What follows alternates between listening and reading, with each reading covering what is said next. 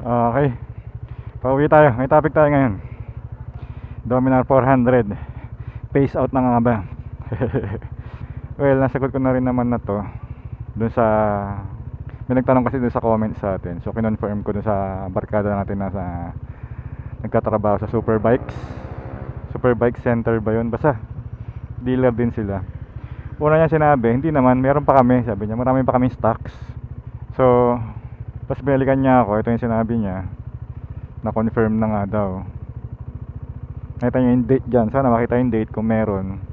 Tapos yun nga, confirm, papalitan na raw ng NS400.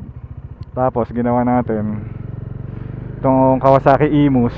Meron silang ano, yung bot, yung chat nila, meron bot. Hindi ko lang natawag dun eh. Basta nag-automatic reply. Tapos may nakita ako dong ano, quotation. So di gumawa ako ng quotation kunyari for Dominar 400 UGB2. Reply sila. Ito yung reply. Tingnan nyo. So mapapansin nyo dyan, ang sinabi, discontinued na si Dominar. So na-confirm ni Kawasaki yung sinabi nung barkada natin sa Superbikes.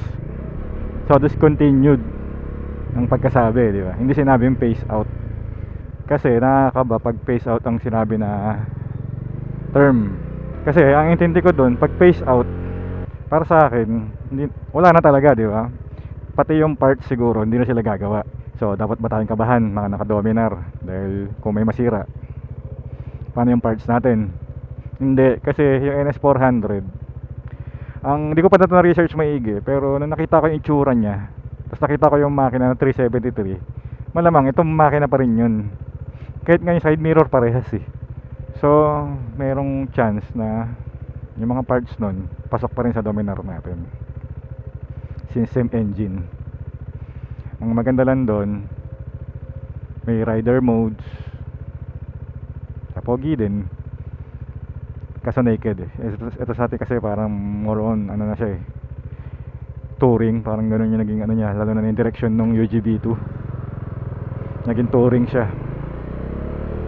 So yun nga, yung pag sinabing phase out, yun yung alam ko wala ng parts eh. Hindi nagagawa pati yung mga parts. So swerte kasi nga same engine, nakita ko same side mirror. Hindi ko alam kung ano to kung same talaga yung mga parts yung nakita ko lang. Tapos hindi rin tayo tumingin ng reviews, nakita ko lang yung parang spec sheet. Hindi ko na binasa maigi kasi hindi man tayo masyado makaintindi nun. So nakita ko 373. So ano siya, same engine yun malamang. Tapos may slipper clutch din ako nakita. So slipper clutch din naman to. Ang kagandahan lang talaga nun, may rider modes. So kung rider modes, yung mga, di ba tayo nakatry ng may rider modes eh. Pero yung nakikita natin, may eco, grain, tsaka sports. So malamang ganun din yun, or mas marami, hindi natin alam, hindi pa tayo nakakita nun eh. So yung mga gusto ng Dominar 400, wala na eh, habulin nyo na lang yung mga natitira pang stocks or second hand. Pero yung balita ako doon, dalawang beses ako nanonood ng video. Yung isa, yung kumakarera sila nagkakarerahan sila gamit yung NS400 tsaka Dominar. Hindi maintindihan yung karera kasi pag yung isa yung nagdadrive, palagi siya yung nauuna eh. Kahit na kahit Dominar dala niya or yung NS400, palagi siya nauuna eh. So hindi malaman kung Pasaglit ko lang pero kasi Indian yung salita nila, hindi ko rin naiintindihan. Tsaka yung isang Indian na English na, buti English, nagre-review siya ng NS400. Maganda yung pogi, may rider mode. Saan mo meron dun? MRF yung gulong, sabi niya pangit daw kasi pinaiksi yung wheelbase. Mas maliit pa daw yung wheelbase sa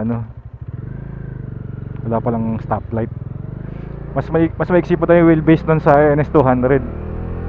So maiksi yun. So meaning magaan yun. Basta bagay yung weight, yung difference sila. So sabi ko same engine, tapos yung weight, so siguro mas mabilis yun kasi mas magaan. Kaso may factor din yung UGB2 kasi mayroong windshield, di ba? Ngayon naked, wala. Salong-salong mo yung hangin dun. So magaan siya, di ba? Mas mabilis kasi nga magaan. Pero stable ba yun sa ano, high speed expressway na nasa Cavitex? Since naked yun, hahanginin ka palalo pag malakas yung hangin. Hindi natin alam, pero siguro minimal lang siguro yung epekto nun. Hindi mo naman siguro kailangan mong patakbo talaga na mabilis. Pero yun nga, may factor yun. Tsaka yung napanood ko review, sabi niya pangit daw yung damping nung shock sa likod. Hindi siya pantay ng damping sa shock sa harap. Since mas magaan nga siya, yun yung parang issue na naramdaman niya. Pero sinabi naman niya parang dun lang yata sa test unit niya yun, merong ganun. Pero di ko naman sinasabi, di natin alam wala tayong information, nag-base lang tayo sa isang video lang. NS400C yata yung model nun. Hindi ko alam kung magbabago yun dito. Sana ano lang kasi ginawa nila nung nirelease nila UGB2, dapat ilagyan na nila ng ano, rider modes para maganda. Kasi tataas nga yung presyo. Pero yung balita ko doon, mababa daw yung presyo kasi sabi sa India, yung nag-review, hindi siya makapaniwala nasa segment na yon napababa na Bajaj yung ano, presyo. Masyado daw mababa. Sa sobrang baba daw makakabili ka daw ng ano, magandang gulong.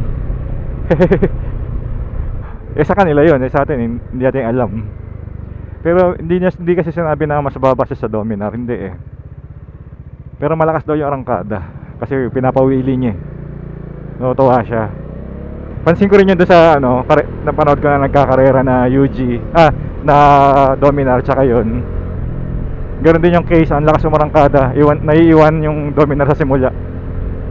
Pero nakakahabol kasi hindi ko alam, baka mas magaling magmaneho yung isa kasi NS400 na yung dala niya. Siya pa rin nanalo Hindi ko tinapos konti lang pina-forward ko din.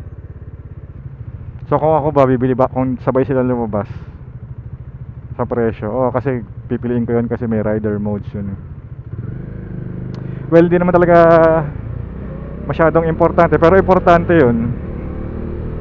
Nakakatulong yun maging safe. Safety feature yun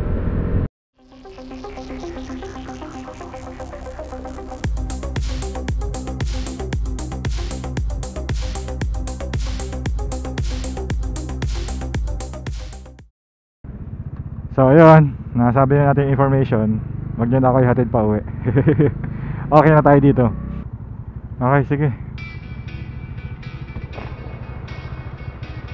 Thank you na matindi. Hanggang sa muli. Bye-bye.